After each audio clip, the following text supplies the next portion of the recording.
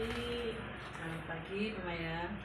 Bu Siti, ini sebelumnya saya minta maaf sudah menyita waktu Bu Siti.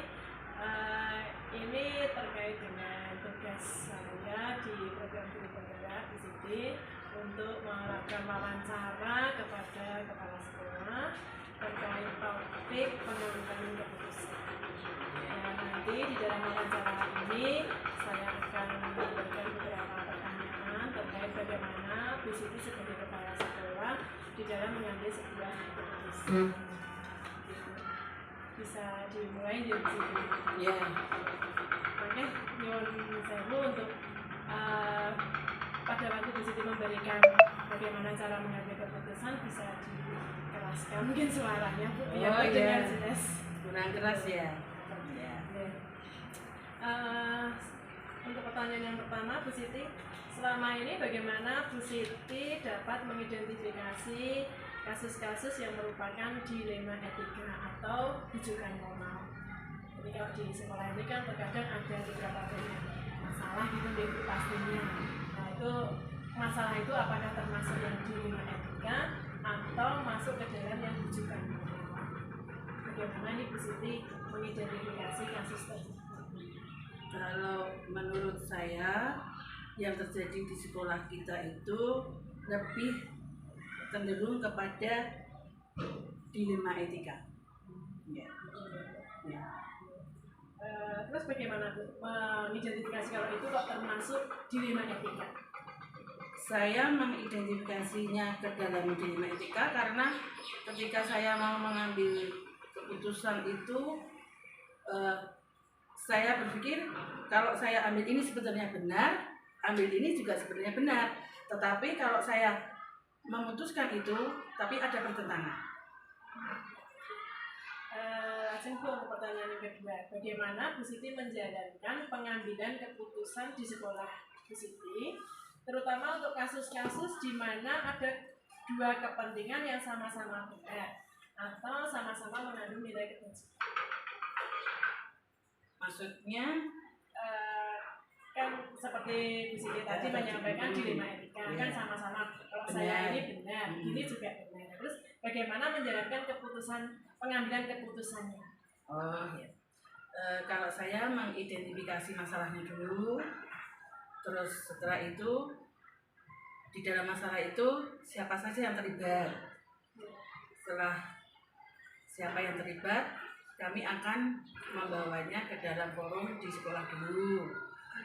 Seperti itu kita akan musyawarahkan, kita kumpulkan fakta-fakta untuk mencari solusi dari masalah itu.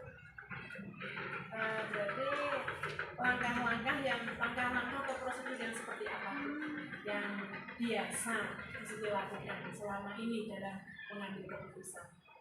Ya seperti yang saya sampaikan di muka tadi, saya langkah-langkahnya itu saya tidak serta-merta saya putuskan situ tidak, tapi saya melihat dulu jenis masalahnya. Setelah itu untuk masalah ini kita harus melibatkan siapa saja yang ada di dalam masalah itu tadi. Setelah itu kita lihat fakta-fakta yang ada tentang masalah itu. Terus kita mencari jalan keluar untuk masalah itu.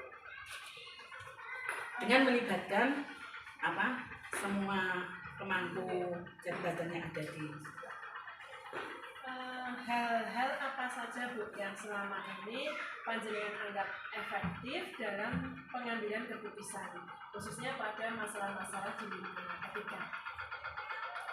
Yang efektif, saya anggap efektif bila keputusan itu tidak merugikan pihak lain yang berhubungan dengan dilema tadi.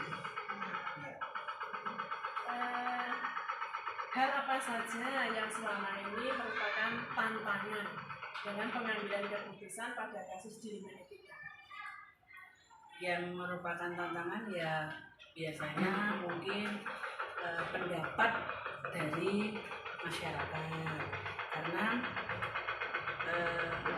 untuk mengambil keputusan itu karena kita harus mungkin itu apa ya, kita itu harus mengorbankan salah satu, bukan kita mengorbankan bukan berarti itu tidak berguna, tetapi kita kan harus mengambil keputusan yang paling tepat untuk menghadapi dilema itu. Dan biasanya itu tantangannya ya mungkin kita akan dibicarakan dalam masyarakat, mungkin dianggap keputusannya kok tidak sesuai dengan pendapat bagi mereka yang mungkin merasa dirugikan. Apakah Bu Siti memiliki sebuah tata cara atau jadwal tertentu dalam sebuah penyelesaian kasus di Etika? Apa Bu Siti ini langsung menyelesaikan begitu saja begitu menghadapi sebuah kasusnya yang terkait jaringan Etika, atau mungkin punya jadwal tertentu, jadwal tersendiri gitu? Kemudian bagaimana bentuk dan prosedurnya? Kalau saya punya jadwal atau prosedur ya, jadi ada langkah-langkah tertentu yang harus saya lalui untuk menyelesaikan itu. Ada jadwal ya, ada prosedurnya, dan ada pertemuan ya. Jadi tidak langsung saya putuskan ini sudah ada.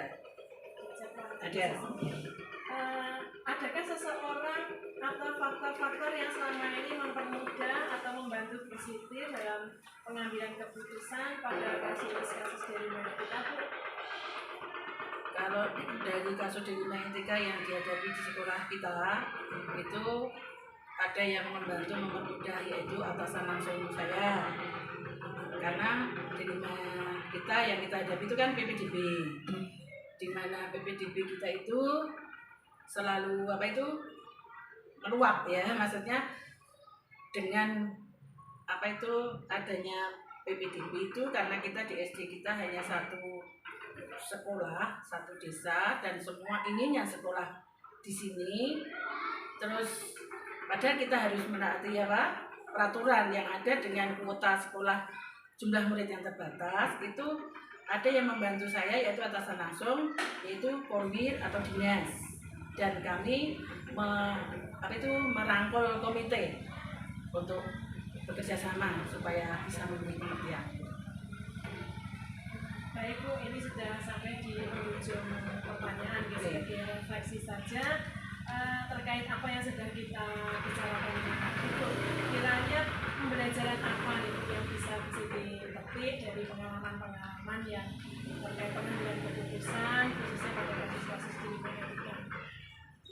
Pembelajaran yang bisa saya petik ya, berarti kita memang harus seperti memberi sosialisasi kepada masyarakat sekitar tentang hal-hal tertentu yang berhubungan dengan sebuah.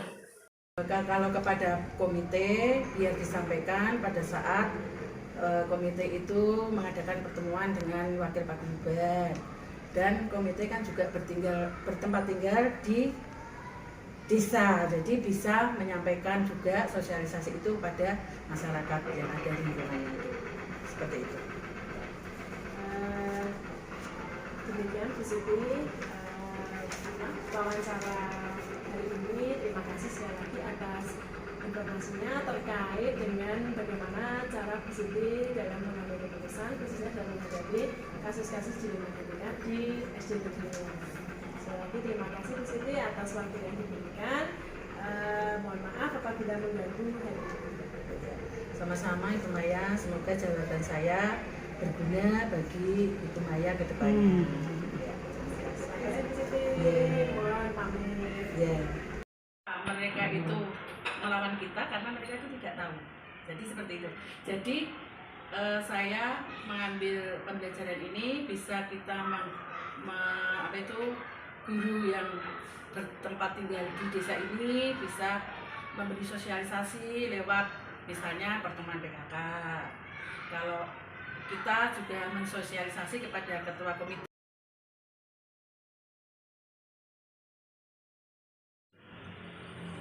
Selamat siang Bu Kam. Selamat siang Bu Maya. Sebelumnya saya ucapkan terima kasih Bu Kam atas kesempatan waktunya yang diberikan kepada saya untuk melakukan wawancara terkait dengan tugas saya di dalam program guru penggerak, yaitu dalam topik pengambilan keputusan sebagai kepala sekolah. Saya akan memberikan beberapa pertanyaan atau bukan untuk terkait dengan wawancara hari ini. Bukan, selama ini bagaimana Anda dapat mengidentifikasi kasus-kasus yang merupakan dilema etika atau kejutan moral? Memang ada ya, saya melakukan beberapa langkah. Pertama itu mengenali dulu apakah itu benar atau salah, artinya bertentangan atau tidak, itu yang pertama. Lalu yang kedua itu menentukan siapa saja toh subjeknya, itu yang kedua. Lalu yang ketiga itu mengumpulkan fakta-faktanya dari subjek-subjek itu bagaimana. Untuk selanjutnya menguji benar atau salah dari permasalahan yang pertama tadi dari hasil pemeriksaan. Lalu yang kelima itu menguji benar salahnya itu memang benar atau salah. Jadi untuk menentukan langkah selanjutnya. Lalu yang berikutnya itu menyelidiki. Jadi ada beberapa opsi yang kita perlukan untuk menentukan langkah selanjutnya. Jadi harus diuji dulu. Lalu yang selanjutnya membuat keputusan apa yang harus dilakukan. Lalu yang terakhir itu merefleksi lagi keputusan yang akan diambil itu benar atau tidak, begitu semuanya kalau saya dalam langkah seperti itu. Mengenai bagaimana bukan menjalankan pengambilan keputusan di sekolah bukan, terutama untuk kasus-kasus di mana ada dua kepentingan yang mungkin sama-sama benar atau sama-sama mengandung nilai kebajikan. Hampir sama dengan mengidentifikasi tadi, Bu Maya. Saya memang harus merumuskan masalahnya apa dulu. Ya, itu yang pertama. Lalu yang kedua, setelah merumuskan masalah, mengumpulkan, analisa datanya. Oh, seperti ini. Oh, berarti dianalisa dulu agar tidak salah dalam mengambil keputusan. Lalu berikutnya dari analisa itu ada beberapa alternatif pemecahan masalah. Tentu mungkin ada alternatif A atau alternatif B, atau mungkin bahkan lebih beberapa alternatif lagi. Lalu yang berikutnya dievaluasi dari alternatif A, B atau C itu, dievaluasi mana yang mau dipilih. Lalu setelah itu kita pilih, mau pilih yang A atau alternatif B atau alternatif C seperti itu. Lalu yang terakhir kita implementasikan atau kita terapkan dari alternatif itu ke dalam merumuskan masalah itu. Demikian semuanya. Terus untuk pertanyaan berikutnya, langkah-langkah atau prosedur yang seperti apa yang biasa bukan melakukan selama ini? Langkah-langkahnya itu hampir sama dengan prosedurnya tadi, Bu Maya. Merumuskan masalah, terus mencari fakta-fakta, terus dikumpulkan, memilih alternatif, terus menentukan alternatif mana agar permasalahan yang timbul itu bisa dicarikan solusinya. Seperti itu, Bu Maya, hampir sama. Hal apa saja, Bu, yang selama ini panjenengan anggap efektif dalam pengambilan keputusan pada kasus-kasus dilema etika? Beberapa prinsip, Bu Maya. Salah satunya aturannya seperti apa. Jadi agar kita tidak melenceng dari dalam mengatasi masalah itu, tidak melenceng dari tujuan, dari penyelesaian masalahnya, saya menggunakan prinsip harus sesuai dengan aturan itu. Nomor dua, rasa keadilan juga harus diperhatikan karena kita berhadapan dengan sesama manusia. Dalam hal ini karena saya kepala sekolah jadi guru ya, saya harus menjaga rasa keadilan bagi guru-guru saya. Itu salah duanya seperti itu ya. Mungkin ada beberapa tapi saya menggunakan prinsip seperti itu. Terus Bu, untuk hal apa saja yang selama ini merupakan tantangan dalam pengambilan keputusan pada kasus-kasus dilema etika yang menjadi tantangannya Bu? Tantangannya itu kadang seperti ini Bu Maya. Bisa saya ambil contoh Bu Maya. Ini contoh kasus di SD kami ya. Ada ini saya bercerita sedikit karena terus terang begini. Ada kasus itu kan kami punya tenaga P3K yang secara apa ya, otomatis resmi ya itu ya karena dari pemerintah baru saja ditetapkan di sini. Nah ternyata dalam perkembangannya itu tenaga P3K itu tidak sesuai baik dari segi kompetensi, ternyata dari segi mentalnya, mohon maaf, dari segi sosialnya juga seperti itu, kepribadiannya juga tidak mendukung. Nah, yang jadi tantangan kenapa? Karena kita kan berhadapan dengan murid itu benda hidup yang tidak cuma bergerak manut sana manut sini, punya akal, punya otak, punya pikiran, punya rasa juga yang harus kita olah. Dan otomatis karena tidak sesuai, kita harus juga berpikir bagaimana cara mengatasinya. Nah, yang menjadikan pertentangan gimana? Sementara tenaga P3K itu sudah resmi, kita mau menonaktifkan juga terbentur aturan. Akhirnya kita memang harus, karena tidak bisa mengambil solusi sendiri, kita harus matur ke yang lebih atas, pemangku kebijakan yang lebih atas. Setelah melewati peristiwa atau langkah yang sedemikian rupa, kita akhirnya punya jawaban, punya solusi. Artinya punya solusi, oh memang begini, kita harus fokus utamanya itu memang harus anak-anak, karena anak-anak itu kan generasi yang ke depan dan seterusnya sampai atas, sampai masa depannya itu harus diperhatikan. Jadi akhirnya dari dinas pun juga memperhatikan, walaupun solusinya tidak bisa langsung ini dikasih guru pengganti, tidak bisa. Yang penting kita menyelamatkan anak-anak dulu, akhirnya dialih tugaskan dan kita punya solusi. Ada yang menangani anak-anak dan di situ kepala sekolah juga harus turut bertanggung jawab. Kalau memang kepala sekolah dan gurunya itu tidak bisa ikut masuk di dalam kelas, kepala sekolah juga harus ikut bertanggung jawab masuk di dalam kelas. Seperti itu akhirnya teratasi Maya sejauh ini sambil menunggu kebijakan dari atas selanjutnya.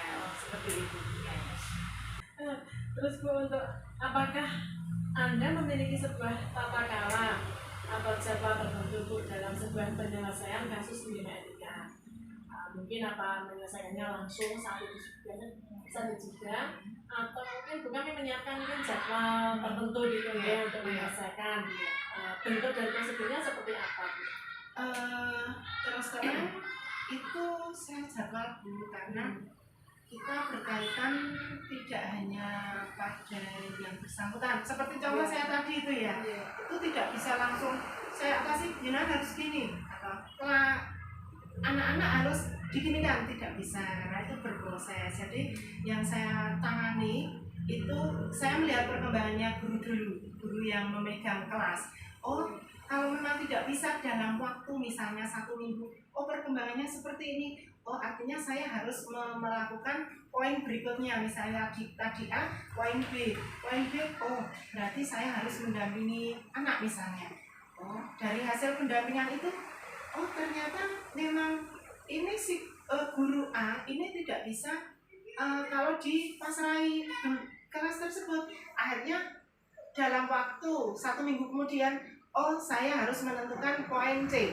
Poin C apa? poin C itu tadi, misalnya saya harus ke dinas itu, setelah ke dinas saya harus melanjutkan ke poin D, berarti saya harus menempatkan guru untuk mengajar di kelas dalam waktu 1 minggu misalnya. Kok 1 minggu belum ada guru pengganti yang paten di kelas itu, saya harus ke poin E misalnya, seperti ada jadwalnya semuanya. Ada jadwal, ada waktu tertentu, tidak seketika. Terus adakah seseorang atau faktor-faktor yang selama ini mempermudah atau membantu bukan sebagai kepala sekolah dalam mengambil keputusan pada kasus-kasus dilema etika? Ada, betul. Itu ada. Yang pertama itu karena kita yang permasalahannya itu di sekolah, jadi yang terdekat itu guru yang senior yang sudah berpengalaman. Otomatis kan karena sudah lama di sekolah ya, jadi tahu kondisi A seperti apa, kondisi di ruang kelas 2 misalnya, atau A seperti apa. Jadi nomor 1 itu yang terdekat adalah guru senior. Nomor 2 itu atasan kita, karena atasan kita guru ketua korwil itu. Yang kedua itu nanti kalau memang dari atasan kita langsung Bu Ketua Korwil tidak bisa mengatasi, saya langsung ke atasan selanjutnya, misalnya dinas, seperti itu Bu Maya.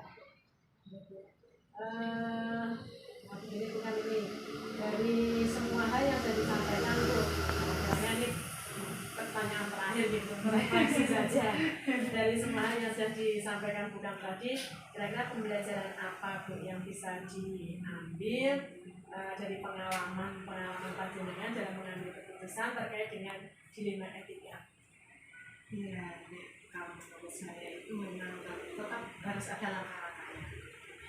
Setiap masalah memang harus dirumuskan dulu. Setelah dirumuskan itu dicari fakta-faktanya seperti apa. Setelah dicari faktanya, dianalisa, harus dicari ada beberapa alternatif penyelesaian masalahnya. Dicoba 1A sesuai tidak, kalau tidak sesuai opsi berikutnya B, kalau tidak sesuai lagi opsi C, atau mungkin bisa digabung antara opsi A atau opsi B yang sekiranya bisa menyelesaikan masalah. Nanti setelah itu terakhir setelah menentukan opsi A atau B atau melakukan gabungan itu direfleksi lagi, dilihat lagi, saya sudah tepat untuk mengambil opsi A atau opsi B. Seperti itu Bu Maya kalau saya. Baik, bukan kiranya mungkin ini yang ingin saya tanyakan terkait dengan wawancara ini. Terima kasih sekali lagi kepada Bukan yang sudah menyempatkan waktunya atas berbagi pengalamannya gitu. Bu Maya atas kesempatan saya menyampaikan pendapat. Mungkin ini juga ilmu bagi saya sebenarnya, tapi seperti itulah praktek yang ada di lapangan Bu Maya. Terima kasih Bukan. Sama-sama. Selamat siang. Ini saya dari menyita waktu Bumi terkait dengan tugas saya di dalam program Bumi untuk melakukan wawancara kepada Bumi dalam hal pengambilan keputusan. Oke.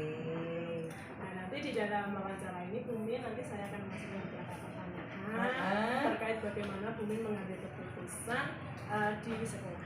Oke, ya. Untuk pertanyaan pertama, Bumin, selama ini bagaimana Bumin mengidentifikasi kasus-kasus yang merupakan dilema etika atau kejutan moral? Kan biasanya pun ada beberapa masalah ya di sekolah itu. Nah, dari masalah-masalah itu bagaimana Bumin mengidentifikasi kalau masalah itu termasuk dilema atau kejutan moral? Kalau saya itu yang identifikasi ya Bu ya. Itu kalau saya lihat akar masalahnya dulu ya Bu ya. Kan itu identifikasi nggih. Kita lihat akar masalahnya dulu, kebenaran masalahnya bagaimana. Seperti itu. Nah, nanti di dalam identifikasi juga tidak hanya saya sendiri nggih, mungkin perlu pertimbangan-pertimbangan dari orang lain agar masalah itu jelas dan solusinya jelas gitu. Ya, jadi dari mengidentifikasi tadi terus Bumin jadi lebih besok gitu nggak Bu? Oh ini termasuk yang dilema. Terus kan nanti masalahnya jelas tuh kebenarannya seperti apa. Terus Bu, bagaimana Bumin menjalankan pengambilan keputusan di sekolah ini, terutama untuk kasus-kasus yang mana di dalam kasus itu ada dua kepentingan yang sama-sama benar atau sama-sama mengandung nilai kebajikan. Mengambil keputusan ya Bu. Yeah. Kalau saya mengambil keputusan itu saya mementingkan musyawarah dulu ya Bu ya. Tetapi di dalam mengambil keputusan dalam musyawarah itu kita tidak boleh menyimpang dari aturan yang sudah ada. Misalnya di tempat kita ada visi-visi, ada peraturan akademik yang mana nanti dalam pengambilan keputusan walaupun itu hasil musyawarah tetapi tidak boleh menyimpang dari aturan yang ada. Seperti itu. Terus Bu Najib bagaimana langkah-langkahnya atau prosedur seperti apa yang Bumin biasa lakukan dalam mengambil keputusan selama ini? Berarti kan pertama kita identifikasi masalah dulu ya Bu. Cara mengambil keputusan tadi ya, identifikasi masalah dulu, kemudian kita bisa didiskusikan bersama-sama tentang apa tadi?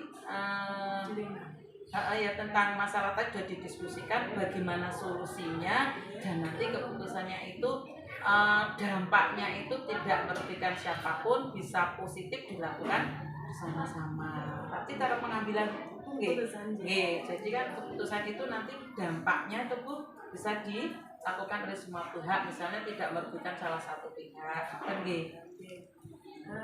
terus Bu, hal-hal apa saja yang selama ini Bumin anggap efektif dalam mengambil keputusan, terutama pada kasus-kasus yang terkait dilema? Kalau saya yang efektif itu pasti musyawarah bersama dulu. Musyawarah bersama dulu, kita diskusikan apapun itu. Yang penting tadi dianalisa nanti itu dampaknya itu seperti apa toh begitu. Tapi tetap musyawarah itu didahulukan walaupun tidak boleh menyimpang dari aturannya. Hal-hal apa saja Bu yang selama ini menjadi tantangan dalam mengambil keputusan? Begitu. Kalau di lembaga atau di sekolah itu mesti kan sudah punya aturan ya Bu. Ada visi misi, ada peraturan, ada akademik yang sudah mengatur itu semua. Tetapi kadang-kadang di dalam mengambil keputusan itu kan kita kadang ada rasa kemanusiaan, ada empati, ada simpati. Jadi tidak bisa hanya itu toh. Jadi kadang-kadang itu yang jadi dilema Bu. Seperti kita perang batin begitu ya. Terus seperti itu, karena kan kita harus lihat tadi ada simpati orang lain, kasihan, seperti itu Bu. Seperti itu tantangannya Bu. Ada enggak Bu? Mungkin Bumin dalam mengambil keputusan itu ada tata cara atau jadwal tertentu Bu dalam menyelesaikan masalah, terutama kasus dilema etika. Atau mungkin begitu ada masalah itu Bumin langsung menyelesaikan begitu saja, atau ada jadwalnya gini Bu, kalau saya masalah itu kita lihat dulu. Banyak apa sedikit masalahnya, ringan atau berat masalahnya, sulit apa tidak penyelesaiannya. Kalau itu masalahnya itu cuma ringan, gampang, bisa diambil keputusan, kenapa ditunda, harus waktu itu. Tetapi kalau masalahnya banyak, sulit, perlu trik-trik penyelesaiannya, ya kita buat program, buat jadwal. Seperti kalau kita mau melakukan supervisi akademik tuh Bu, kan supervisi klinis misalnya harus ada programnya, karena susah, karena banyak begitu. Adakah seseorang Bu atau faktor-faktor yang selama ini mempermudah atau membantu Bumin dalam mengambil keputusan, terutama yang kasus-kasus dilema ini? Tentu saja ada Bu, karena kan kita walaupun kepala sekolah tidak akan mungkin bisa berdiri sendiri gitu. Misalnya kok itu program dilemanya itu di dalam pengajaran gitu, misalnya karakter, pasti saya minta bantuannya ke guru senior.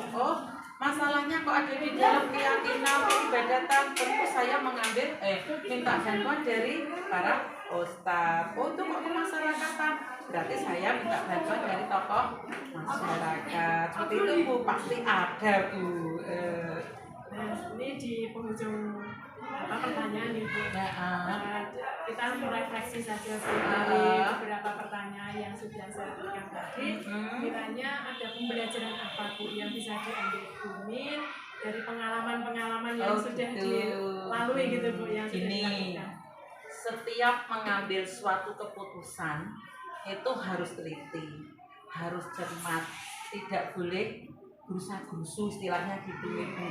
Betul-betul dilihat. Kemudian di dalam mengambil keputusan tadi juga tidak boleh menyimpang dari aturan yang ada. Kemudian hasilnya itu harus dianalisa dampak keputusan itu seperti apa. Dianalisa seperti itu. Kemudian keputusan itu juga harus tidak boleh merugikan salah satu orang, salah satu pihak, harus positif dan harus ada refleksinya, ada tindak lanjutnya seperti apa. Seperti itu Bu kalau saya. Begitu Bu Min, pertanyaan dari beberapa pelancaran tadi. Terima kasih. Dari sini saya bisa menyimpulkan kalau jadi yang mengambil keputusan itu memang tidak boleh gerusa-gerusu ya, harus banyak pertimbangannya. Gitu. Begitu Bu Min, saya rasa cukup sampai di sini. Terima kasih atas waktunya sudah disempatkan untuk saya untuk mewawancarai Bu Min. Mohon maaf apabila ada beberapa yang kurang berkenan Bu di hati Bu Min. Ya Bu, sama-sama. Semoga panjenengan sukses. Besok kalau jadi kepala sekolah harus melebihi Bu Min, semangatnya harus tetap 45 ya Bu. Semoga di sekolah yang dipimpin Bu Min tidak mengalami lagi ya Bu masa-masa dilema. Amin ya Bu. Tapi masalah itu jadikan kita pintar loh Bu. Tanpa masalah kita tidak akan pintar gitu ya Bu ya. Terima kasih Bu Min atas motivasinya. Terima kasih sekali lagi. Saya mau pamit Bu Min. Sami-sami.